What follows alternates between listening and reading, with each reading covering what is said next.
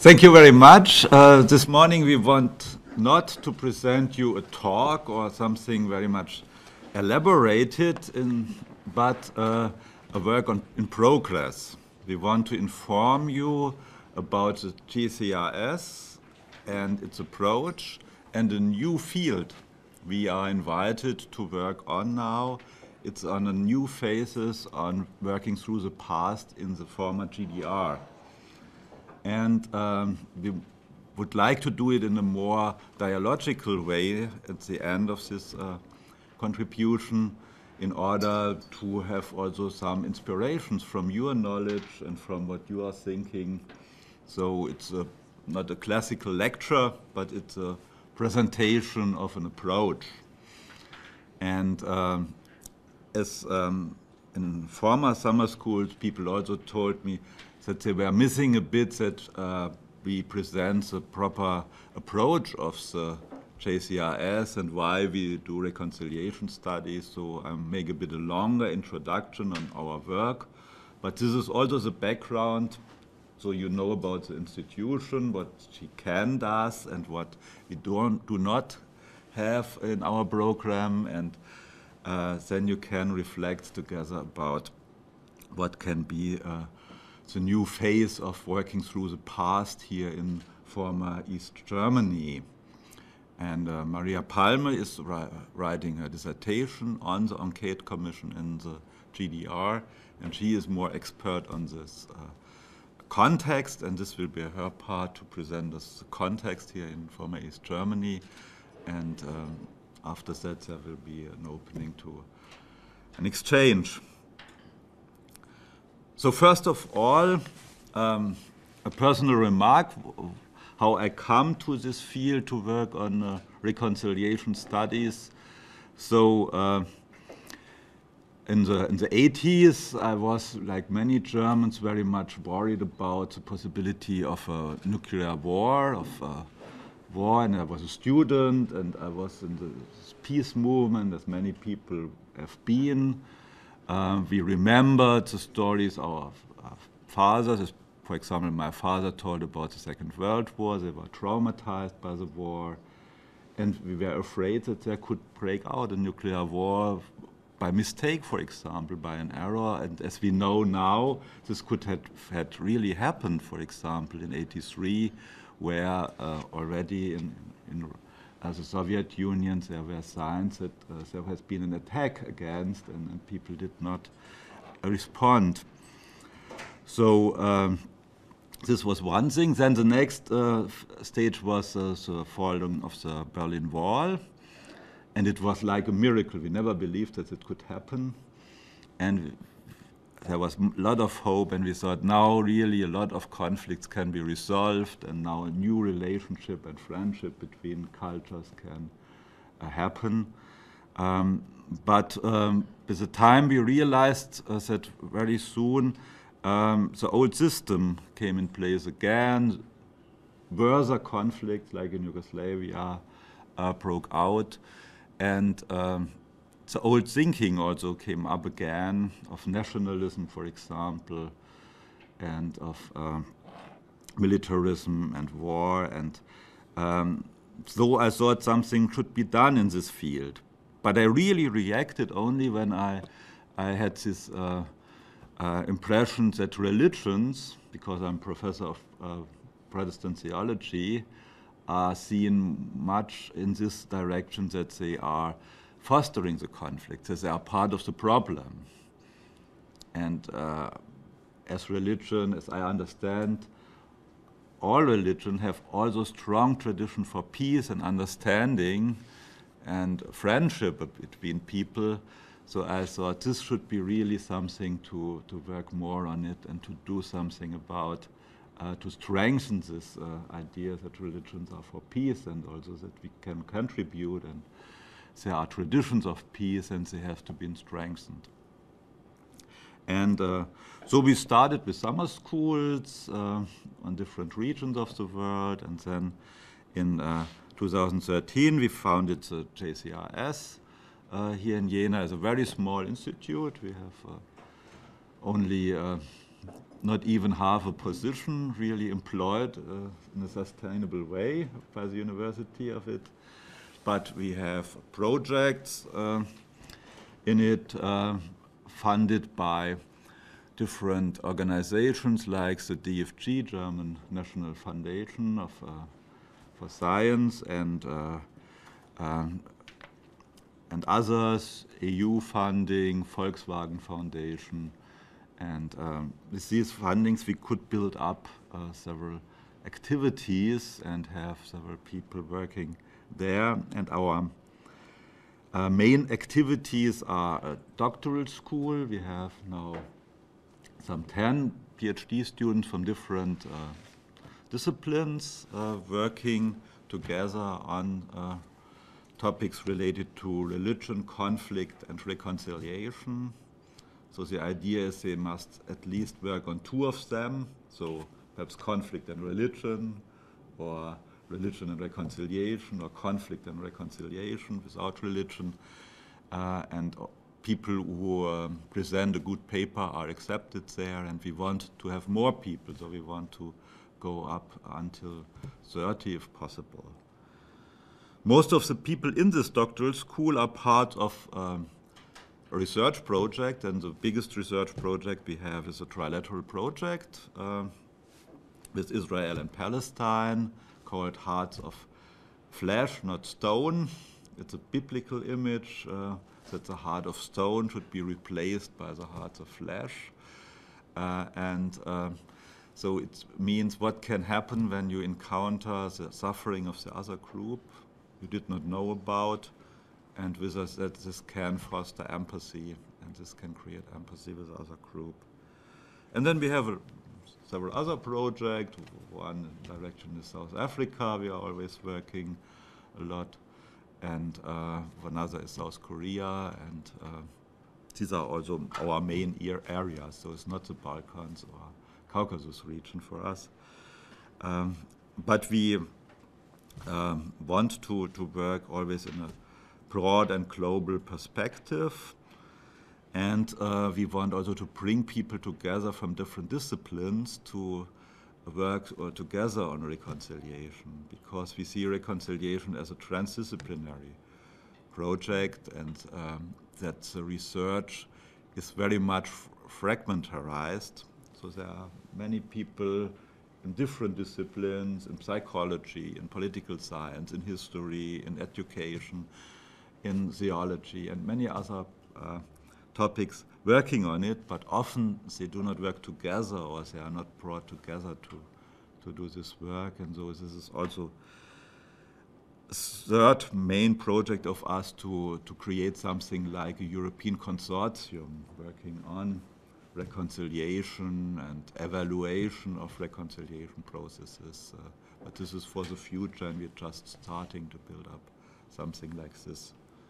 So it's just that you know, and that we are interested in you for all these projects of possible cooperations, if we can find something with you. And the fourth field we are now starting is also the practical work, and this is for us rather new, and this is something we will want to start now with this process in Thüringen, in this region. Perhaps before we come to this region, 3 remarks. So one remark about our specific approach on reconciliation. So we work normally with 2 notions of reconciliation, like many people do.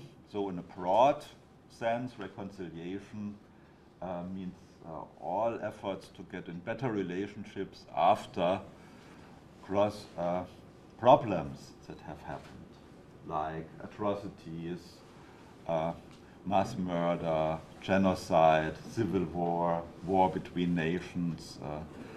And then this means just to create better relationships, so it's a very large notion of reconciliation. And then you can go deeper in a very specific sense, which includes really trust building, working through the past, building a culture of peace, overcoming stereotypes and all these things.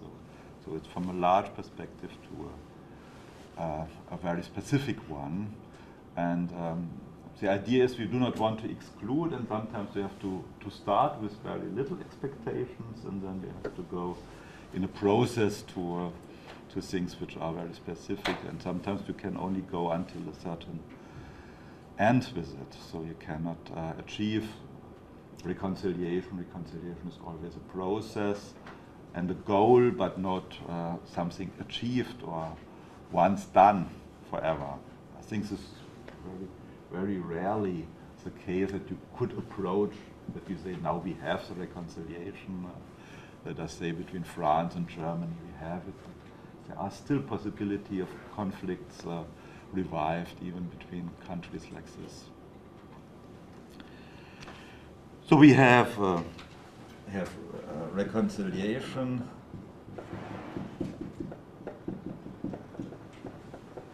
In the middle of our project, and our approach is marked by 4 ideas.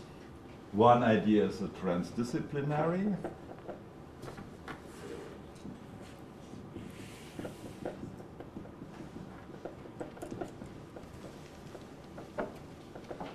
So the idea is to bring many disciplines together who can contribute to these ideas on how better relationships can be created. The idea is many disciplines worked on this, but often they do not work together, and there can be solutions somewhere we did not expect. So just to mention some disciplines we are working with, art, for example. Art is a very creative element. There are many projects with theater. You also presented some things about this, and there are projects in Palestine, in our project also with theater plays. So we have an approach with this to touch people and to break up some stereotypes, because if you go in an artistic space, you are a bit more open to see new things. You say it's fiction, but you are open to think anew about several things, and you can present more creative elements. Communication, economy, also a very important partner for us to work together, because we believe that for economy it's a very good thing to have reconciliation. And there are a lot of benefits, and a war is economically a disaster. Only for some people it's a win situation. If you're an arm producing enterprise or you have a mafia, you can benefit a lot of a war, but if you are a warlord, but if you have normal economy, peace is so important, and entire regions could benefit from reconciliation. Also in the Balkans and the Caucasus, open the borders and have trade relationships. Education, the next generation. What do you transmit to the next generation? It's so important. Do you change the school books, that there are school books really responsible for the past? Or are there school books which are telling that your nation is the best and the greatest and the other ones are all bad guys? So you have to do this work to overcome stereotypes. Or geography, it's often not so much looked at, but you have human geography, and we have now a global year of human understanding. So human geography shows how the links are between different parts of the world. Products are transported from one place to the others, population are displaced, and ecological problems are also connected with conflicts. Or you have history, of course. Historians have to account about the history, what happened, that a conflict could start. But they can also talk about the peace traditions that have been a peaceful period between countries and populations. or they can talk about the recent history and can work through the archives. We have law as an important topic in this. We talked just about international criminal law, but also other law issues are, of course, touched when you will make reconciliation. Linguistics, for example, there are studies about the language of images, of metaphors, and how they can be received and used for peace or for war. Literature, a similar thing, but literature creates also cultures and respect for other cultures. Music, same thing. You can respect the music and like the music of minorities otherwise you see not as respected partners sometimes. The Middle Ages, for example, the Gypsy music, Sinti and Roma music, and the Jewish music was very much respected in German society. And for a wedding, they were invited to make music, play music. So there was a link of respect for this, but not a real link to respect these people. Or the media, of course, play an important role because media often transmit very powerful images of the other groups. Philosophy plays a role. There are philosophical theories in ethics and social philosophy of peace and of reconciliation. Political science is, of course, very important. Of course, one of the main actors in this field, and I agree with Professor Biermann that we should look at political negotiations, political reconciliation, and the difficulties sometimes coming from the proper logic of political process of decision making, but also the chances you have there also sometimes. Psychological work is very profound in reconciliation. You presented a psychological perspective, and there's an entire psychology, social psychology of reconciliation existing with handbooks of around 1,000 pages about this, often not so much read by other disciplines. We have religion as an actor of conflict, and which is important. Theologies of different religions who are talking about how important is one tradition in your religious field, and to concentrate on this tradition, which is, for example, peaceful, or another one which is fostering conflict. And you see how theology can evolve. Sociology is also important, of course, as a social theory which has a long tradition working on conflicts and also on social systems and how they interact with the different parts of society. So we have all these elements and others even.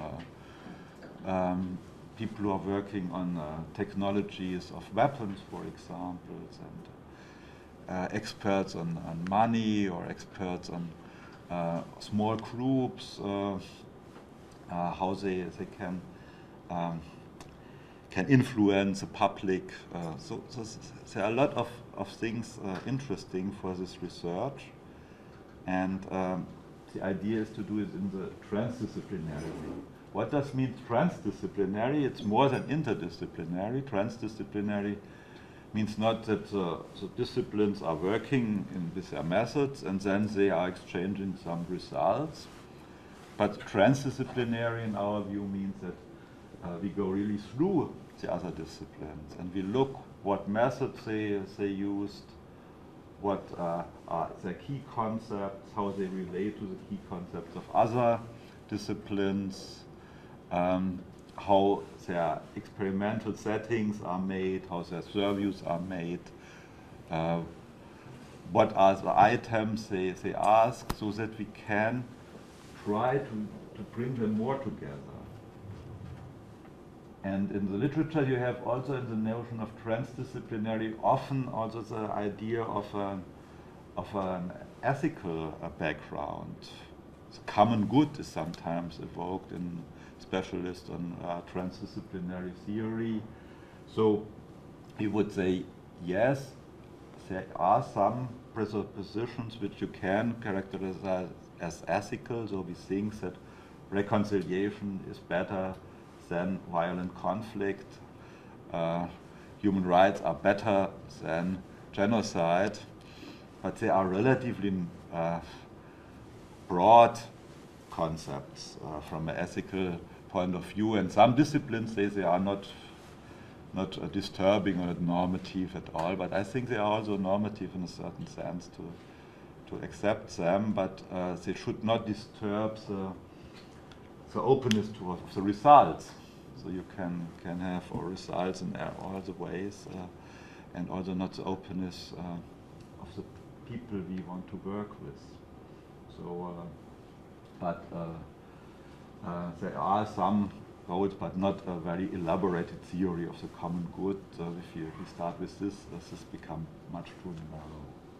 So this is one aspect. The other thing is the comparative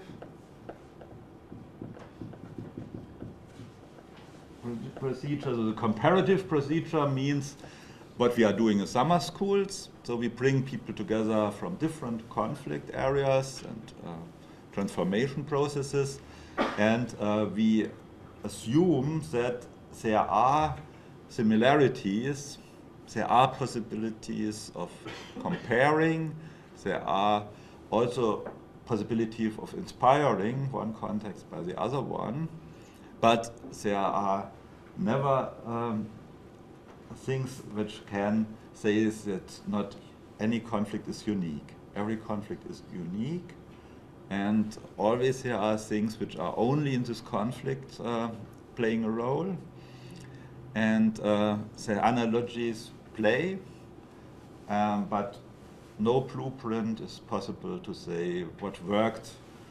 Let us say in the Balkans we do the same thing in the Caucasus, and it should work also. So it could be that it does not work. So we have always to be careful, but we try to compare. And this is also a source of inspiration, to have this comparative work. A third point for us is that we are focusing on the role of the media more than perhaps other researches. This is linked with a theory I develop also in my classes, where I say that all activities have two sides they can be looked at. They have a side where they organize life, but they have also a symbolic side. So everything you are doing can be read at least in two ways, two manners. For example, this bridge, you build a bridge, this organizes something, this changes the nature, you can walk over the bridge. But this is also symbolizing something. It's a symbol that the people on one side and the other side are connected again, and they should live together. At least this is a symbol, and if you blow up such a symbol, so you just do not do something in the real material world, but also in the symbolic world. And these are always interconnected, and you should be careful on both sides and think about both aspects always of reality. And now the media are very much as the symbolic actors, and they often play key roles in the perception of the public of conflicts. So what Europeans know about Syria is all through media. Only the few people who traveled there, who have friends, perhaps now refugees they can talk with, they know somebody from people who are living there, but the rest is, and for many people in Europe and America more, even everything comes through the media. And if the media is manipulated, what will you think about it? Or it's one-sided or things like this. So the media has got, in my sense, a key role in many social processes in the current world, and they have special effects of making things plausible, making things credible very soon through some striking images and some examples, and so the people think in a certain way, or they change their thinking eventually also through media presentations. And so I think they are very powerful, and the effects are, of course, not always going in one sense, but they're going often in the vice sense, and this is also one problem. So one people can see the same film and draw completely different and unexpected consequences out of it. And the fourth approach is now something very special and typical for our world. This is what we call the Hölderlin perspective. The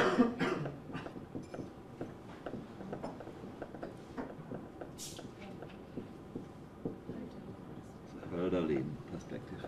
Friedrich Hölderlin was a German poet who lived around 1800, and he was a friend of the German idealistic philosophers Hegel and Schelling. And it's not only a big poet and a great poet, but he is also a source of inspiration of what we are doing by a phrase he coined in the end of his novel Hyperion, when he said, es gibt Versöhnung inmitten des Streites. There is reconciliation in the middle of dispute, of conflict, of strife. And this phrase is for us the key phrase, is reconciliation in the middle of strife. So what do we think by this? So the idea is that relatively many people think there is first conflict, and then there is perhaps a long period of silence, and then there's reconciliation or something like this. But we think, no, it's not this way around. It's more complex. It's the other thing, that when you have a conflict somewhere, there is not 100% conflict. There is also part of at least good relationships between individuals or some people who do not want the conflict. Some structures still existing of law, of trade, of infrastructure. There are several people who are not, who are already working for peace, for example, who are coming together and try to overcome the enmities. So there are these groups there and these things in the middle of the conflict. And many conflicts are like this. If you look at Israel and Palestine, if you wait for the end of the conflict with reconciliation, you wait, for example, forever. And but there are already initiatives of bringing people together and of working together in this conflict. And in many other conflicts, you have this. You had this also in former Yugoslavia. You had people who did not want the conflict. They were only ruled out, more or less, even sometimes by murder, that they could not play a role to achieve peace. There were women demonstrating against the war and other groups who did not want this war, but they could not have so much weight. Or if you have this, you remember the statistics, there were some 5% of the population indicated themselves as Yugoslavians. So they did not want to be classified as Croats or Serbs or Kosovars. So why? What is it with those people? So we are very much interested in those people, what happened to them, and to strengthen their role, for example, sometimes, and to create peace, like did, for example, the women's movement in Liberia against the civil war, against Charles Taylor. So they did not, they were not a part of the conflicting parties. The war was reconciliated in the middle of the conflict, and they could, in this case, they could even win. And it's also the other way around. If there is reconciliation in the middle of conflict, it is also in the middle of a conflict, even when the conflict is ended in some way. Because we do not think that the conflict is ended. The violence can end, but the conflict is often going on in some way. The Balkans are a typical example, and also other conflicts, they are still perhaps on another level, perhaps on a democratical level, which is rather easy to handle, but they are still there, and there are still elements of the conflict alive, and the conflict can be reactualized. And on the other hand, conflicts are not bad things per se. Conflicts are things which make a society move on. So conflict can also be positive. And in any case, we should not just say reconciliation is one point in the development, but our idea is we focus on this thing. Where is reconciliation, perhaps in a very broad sense, starting already in the middle of a conflict? And this can already go very deep. In Israel and Palestine, with people talking about forgiveness and coming together. Make common action for peace, for example, in the middle of the conflict. And on the other hand, we want also to follow up the conflict also after the declared end. So last week was declared a bit the end of the conflict with the ETA and with Basque country, but I'm sure that it's not completely ended. There are things still alive, and things will continue, and we will see what will still happen there. So this is not really end. So this is our approach we have. It's a bit unorthodox for at least several disciplines to have this Hölderlin perspective, but we think we can bring in some new insights to start with this.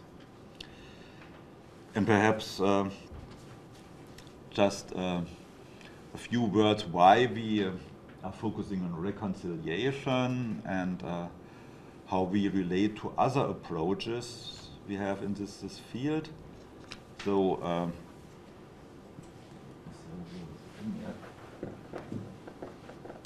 so you have in this whole topic several notions of programs and on studies who are a bit doing the same things or overlapping things, but who are slightly different in their approaches and who sometimes discuss a lot one against the other, while one thing is better than the other one. So you have, for example, people who are saying peace is a word. Should word is peace. Peace studies is the thing you should do, and you should think about peace. You have people who are thinking about conflict resolution.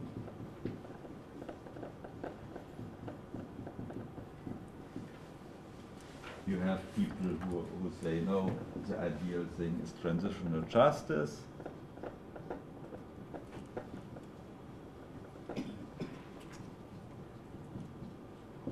And you have people who say reconciliation.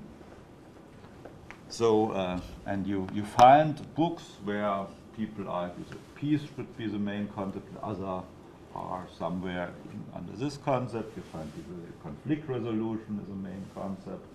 You find people who say reconciliation is the main concept. You find people who say transitional justice is the overarching concept.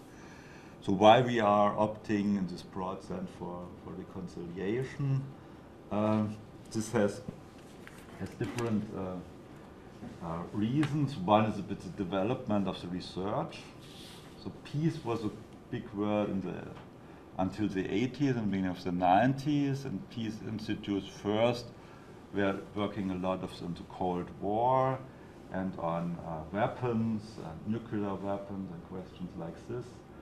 And then they had sometimes to go through a certain crisis because they saw that it's not only the interstate problem but also the societies like in Yugoslavia or Rwanda, and then they try to integrate elements from otherwhere. So the peace is a good concept, but it's often not so clear what you mean, positive peace, negative peace. It's only related to violent conflicts, or is it more to come together for societies? So we thought reconciliation could be clearer, and it's clearly talking about a process. Conflict resolution, I think it's itself a bit of a problematic word. Can conflicts be resolved? And they can also be resolved in very different ways. But nevertheless, people who are working on conflict resolution often do a very valuable work, and they are very important studies. But they also start to find new terms like conflict transformation, conflict mitigation, or some also talk about reconciliation now. So they want to integrate these aspects. And transitional justice is also not so much our concept because it's too much focusing on justice issues, and we say justice is a part of this whole process. But if it's an overarching concept, it can create a lot of problems. One, perhaps, just to refer to the schema you saw in the last talk, is you have this idea of no justice, restorative justice, and retributive justice. And you ask yourself, is transitional justice where it is? Is it between one or the other? Is it more justice when it is more retributive? Or is it more justice when it's more restorative? So are different conflicting conceptions of justice always at work, and they are often conflicting with each other. And I always ask whose justice and what justice you are advocating. And so I think reconciliation should in no case be a concept opposed to justice as itself. It should include justice, but it should not put justice as your first aim, but reconciliation at your first aim. This is my conviction. I think you come further with it. I'm not believing so much in the capacity of humanity to create justice, but they should not stop to do it. So this is my approach. And what is typical for reconciliation, a bit in addition to this concept, is so reconciliation has several advantages in my sense. I think one advantage is that it can motivate people, also religious people, because it has a tradition in the Jewish and Christian, a bit also in the Muslim world. So it's a concept which can be motivating. And it's often used also by non-religious people, philosophers like Hegel or like Adorno worked with this concept. So it has a chance to be received, at least in many contexts. And it's in fact one of the concepts which are the most used by politicians in their talks. If you listen to their talks, they talk about peace and reconciliation. Often they do not often talk about conflict resolution or transitional justice. So this is also one reason where we think it's good. Another thing is it's because it has this possibility to go in deeper processes in social and psychological and working on stereotypes and a culture of reconciliation, cultural part. So this is also one thing why we choose reconciliation as a concept, and we try to think the others from the side.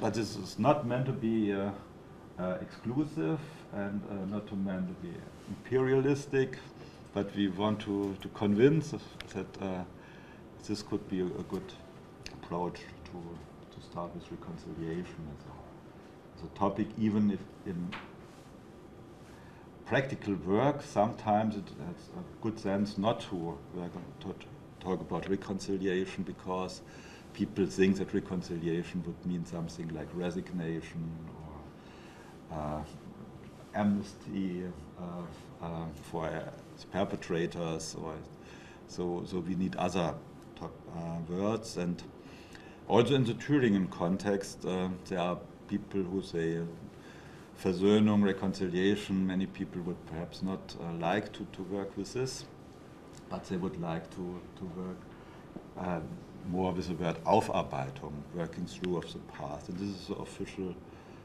word which is mostly used in the texts of a Thüringen coalition, who is ruling now in Thüringen state. Is a coalition which is, has some specific elements, and one is that the minister president comes from the party called Die Linke, which is partly a successor party of the former ruling party in the GDR.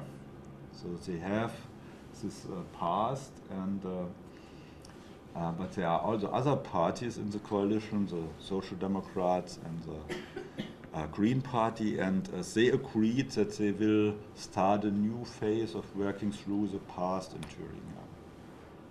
And so they feel a need after 20 years to do something more about working with the past after the GDR times. And I think, before Maria starts, one of the reasons why they think that it's important to do things like this is can perhaps be shown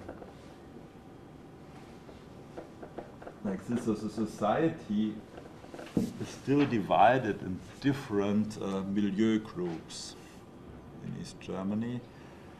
So there is still a group which is thinking that we were the opponents,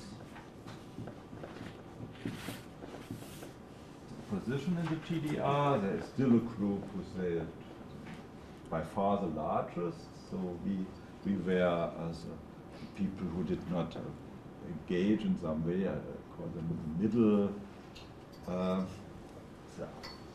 Angepassten is a word sometimes used as the people who adapted to the system, but we were not very happy with it. And there are the people who were really the people active, activists, and the people who were convinced by the GDR system. And this was a GDR division of the society, and it's still remaining more or less in several situations and conflicts in the actual society. And this creates a certain series of problems. One of these problems is that they try to reactivate from both sides the situation. For example, you people from the extreme right and the neo-Nazi group try to claim that we are to cooperate with opponents and to win people in the middle in some way.